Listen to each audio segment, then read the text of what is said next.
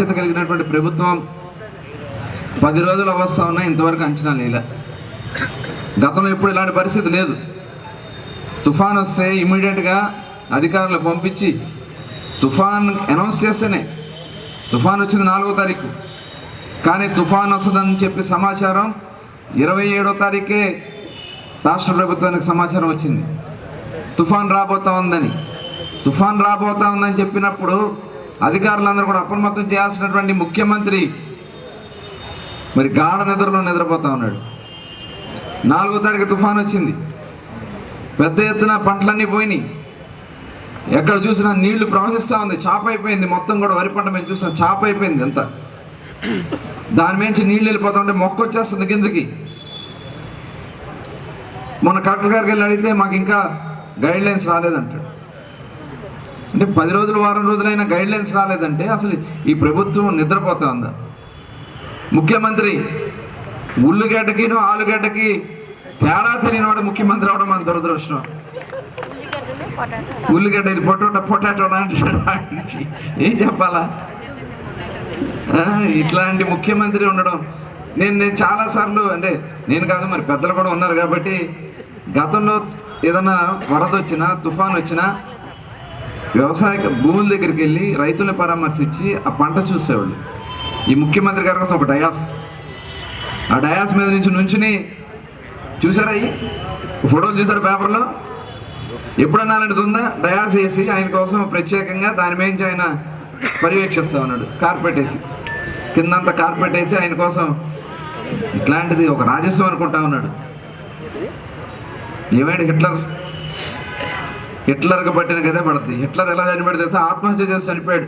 ప్రపంచాన్ని శాసించిన హిట్లర్ ఏ గతి పట్టిందో ఈ ముఖ్యమంత్రి కూడా అదే గతి పట్టబోతా ఉందనే విషయాన్ని కూడా ఈ సందర్భంగా తెలియజేస్తాం. ఇవాళ ఎందుకంటే చాలా దుర్మార్గమైనటువంటి కార్యక్రమాలు, ఇంకా అవన్నీ మనం చెప్పగల, అన్నీ మీకు తెలిసినాయి, ఇంకా కొత్తగా నేను చెప్పను. ఏ రకంగా మనల్ని ఇబ్బంది పెట్టారో ఉందనుకుంటున్నారా? హుషారు రావాలి, సమయం ఉందా మనకి? చెప్పాలి, వినపట్ల నాకు సమయం లేదు మిత్రమా. శరణమా మరణమా? ఏం కావాలి మనకి? రణమా శరణమా? రణానికి సిద్ధమా? చెప్పాలి గట్టిగా, సిద్ధమా? ఇవాళ ఈ ముఖ్యమంత్రి ఒక ఎత్తు అయితే, స్థానికంగా ఉన్నటువంటి పేర్ని నాని గారు, బాబా ఉండి ఒక నిమిషం, పేర్ని నాని గారు ఆయన యొక్క విధానం చూస్తూ ఉన్నాం. ఆయన ఎమ్మెల్యేగా గెలిపించుకున్నారు బందరు ప్రజలు, ఏదో బయటపడ్డాడు. కనీసం రైతుల నుంచి పరామర్శించాడా? ఇక్కడ చాలా మంది ఉన్నారు మన గ్రామస్తులు. ఏమన్నా ఎప్పుడన్నా పేరు నాని గారు ఈ వర్షాలకి వచ్చాడా? వినపట్ల? మరి ఆయన ఏం చేయాలి? మనం దూరంగా పారేయాలి. కనీసం తుఫాను కొట్టుకుపోయినా పోయేది, ఈ గొడవంతా పోయేది. అవును, కాబట్టి చాలా సమయం తక్కువ ఉంది మనకి. మరి ఇంకా మనం ప్లాన్ చేసుకోవాలి. ఇక నేను మాటలు చెప్పాలి కానీ చేతల్లోనే చూపిస్తాను, ఎందుకంటే మీకు చాలాసార్లు చెప్పాను నేను ఇక్కడే ఉంటా తిరుగుతానని. ఇంకా అన్ని చేతల్లోనే ఉంటాయి మొత్తం కూడా. 23వ తారీఖు నుంచి మనం మొత్తం ఫీల్డ్లో వర్క్ చేసుకుందాం. 20వ తారీఖు వరకు లోకేష్ గారి ప్రోగ్రాం ఉంది కాబట్టి ఆ పాదయాత్ర ముగింపు చేసుకుని 21వ తారీఖు రావడం జరుగుద్ది. ఇంకా అక్కడి నుంచి మనం ఒక ప్రోగ్రాం ఇచ్చుకుంటూ అందరం కూడా వెళ్ళాల్సినటువంటి అవసరం ఉంది. చాలా వరకు దాదాపు 27,500 ఇళ్ళు మనం టచ్ చేసాం. మన నియోజకవర్గంలో దాదాపు వాళ్ళు 85,000 ఇచ్చారు, కానీ 85,000 కాదు, సుమారుగా ఒక 75 నుంచి 75,000 తక్కువకుండా ఉంటాయి ఇళ్ళు.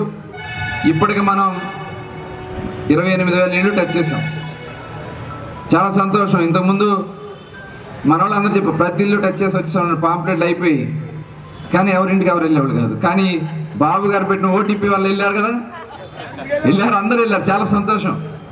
వెళ్ళారు అందరూ, చేతులు ఎత్తండి. వెళ్ళిన వాళ్ళు అందరూ సగమే వెళ్ళారు, ఇంకా సగం వెళ్ళా, మొత్తం వెళ్ళాలి. 100% కూడా మనం ఇంటినే టచ్ చేద్దాం. వాళ్ళకు 2-3 నిమిషాలు, ఒక 5 నిమిషాలు ఎక్స్ప్లెయిన్ చేద్దాం. మనం చెప్పకముందు వాళ్ళే చెప్పేస్తున్నారు. వెళ్ళినా మేము అనుభవం చెప్పండి. వెళ్ళిన వాళ్ళు ఎవరైనా అనుభవం చెప్తారా? ఎలా ఉంది ప్రజల రెస్పాన్స్? ఎలా ఉంది? బాగుందండి. వెళ్ళి ప్రతిసారి ఇది మాకంటే ముందు ఆడి చెప్తారండి ఈ పథకాలు వస్తాయి మాకు అర్థమైపోయింది, తప్పనిసరిగా సార్ ఓటీ గెలిపిస్తారు అంటూ మంచి వాళ్ళు మనకంటే ముందు వాళ్ళే చెప్తున్నారు. మొన్న నేను ఏదో ఒక వీడియో చూసాను, ఒక బచ్చా, ఆ బచ్చా గారు చెప్తున్నాడు ఓటీపీ చెప్తా అంట లాస్ట్లో కొట్టేస్తారని చెప్తున్నాడు.